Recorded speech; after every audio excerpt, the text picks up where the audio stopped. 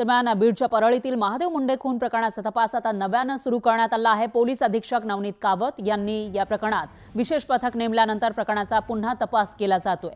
21 October 2023 ला परळी तहसील कार्यालय परिसरामध्ये महादेव मुंडे यांचा खून करण्यात आला होता।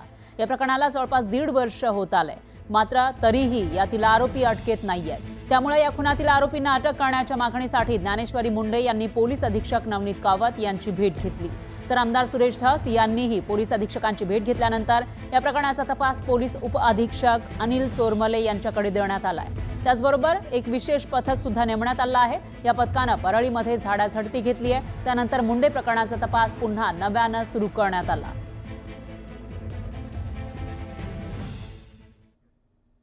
पाहुयात पुढची बातमी। उद्धव ठाकरेंचे एकनिष्ठ मानले जाणारे राजन साळवींनी एकनाथ शिंदेंच्या शिवसेनेमध्ये प्रवेश केला आहे। त्यानंतर आता भास्कर जाधव यांनी त्यावर भाष्य केलंय। अनेक जण गेले, त्यातले एक साळवी गेले। आपल्याच माणसाच्या आणि आपल्याच उमेदवाराच्या विरोधामध्ये काही नेते उपद्व्याप करतात, याचा अनुभव मला सुद्धा आहे, असं भास्कर जाधव म्हणाले। यश माझ्यामुळे आणि अपयश तुमच्यामुळे हे मला मान्य नाही। नेते आणि पदाधिकारी आपल्याच उमेदवाराच्या विरोधात काम करतात। पक्ष सोडून गेला त्याला आपण गद्दार म्हणतो, मग पक्षात राहून असं करतात ते सगळ्यात मोठे गद्दार, मग त्याला काय शिक्षा देणार, असा सवाल भास्कर जाधव यांनी केला।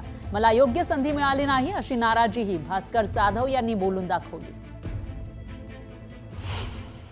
आपल्याच माणसाच्या आपल्याच उमेदवाराच्या विरोधात काही नेते आणि काही पदाधिकारी उपद्व्याप करतात, याचा अनुभव मला सुद्धा आलेला आहे। परंतु माझी भूमिका सातत्याने हीच असते, जर मी जिंकून आलो माझ्यामुळं तर पराभव पण माझ्यामुळंच, काय घाबरायचं, कशाला चिंता करायची।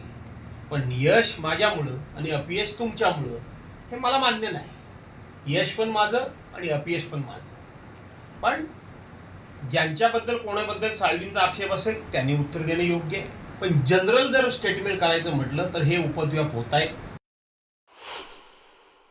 मलाही वाटतं की माझ्याकडे बऱ्यापैकी अनुभव आहे, अभ्यास आहे, देवानं दिलेलं बऱ्यापैकी वक्तृत्व आहे, काही गोष्टींचा माझ्याकडे अनुभव आहे। पण सगळ्यांना संधी मिळते अशातला भाग नाही ना। सगळ्यांना संधी, मीच काय एकटा आहे अशातला भाग नाही। पण मी स्वतःचा कधी मोठेपणा सांगत नाही, पण मला नाही संधी मिळाली।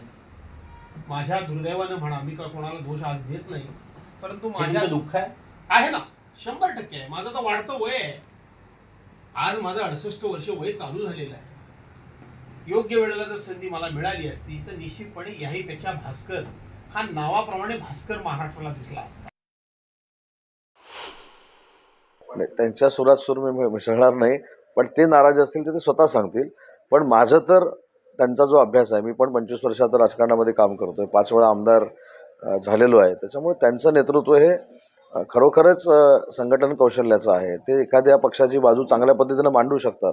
आता तशा त्यांच्या व्यक्तिमत्वाचा उपयोग करून घेतला नाही, हे पक्षाचं दुर्दैव आहे, भास्कर जाधवांचं नाही।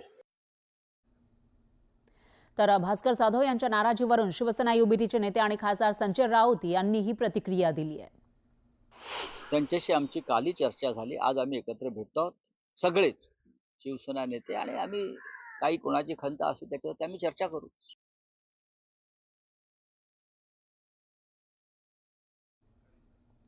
तर दुसरीकडे मंत्री राधाकृष्ण विखे पाटील यांनी शिवसेना युबीटीचे नेते भास्कर जाधव यांना भाजपमध्ये येण्याची ऑफर दिली आहे। भविष्यात त्यांनी काही विचार केला तर त्याचं स्वागत आहे, असं विखे पाटील म्हणाले।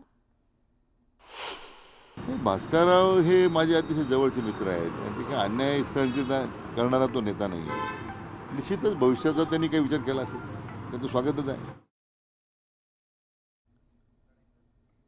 दरम्यान राजन साळवींनी विनायक राऊत यांच्यावर गंभीर आरोप केले आहेत। विनायक राऊत यांनी पक्षात राहून गद्दारी केली असा आरोप साळवींनी केला। विनायक राऊतांनी पक्षातील लोकांना हाताशी धरून गद्दारी केली, त्यांच्या विरोधामध्ये अनेक पुरावे असल्याचं राजन साळवी म्हणाले।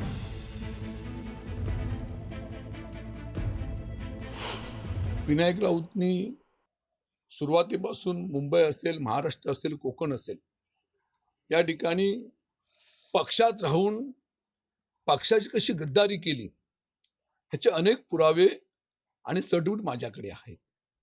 मी तर पक्षामध्ये असताना एक अंशसुद्धा माझ्याकडनं चुकीचं पाऊल पडलं नाही, परंतु ह्या मंडळींनी पक्षामध्ये राहूनच पक्षातल्या लोकांना हाताशी पकडून गद्दारी केलेली आहे, हे महागद्दार आहेत असं माझ्या ठिकाणी मत आहे.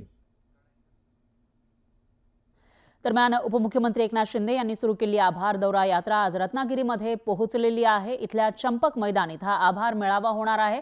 या निमित्तानं शिवसेनेकडून जोरदार शक्ती प्रदर्शन केलं जाईल. तर आजच्या मेळाव्यामध्ये एकनाथ शिंदे कोणाला लक्ष्य करणार याकडे शिवसैनिकांचं लक्ष आहे. या मेळाव्यामध्ये जिल्ह्यातील ठाकरे गटाचे आणि इतर पक्षातील अनेक पदाधिकारी शिवसेनेमध्ये प्रवेश करणार आहेत.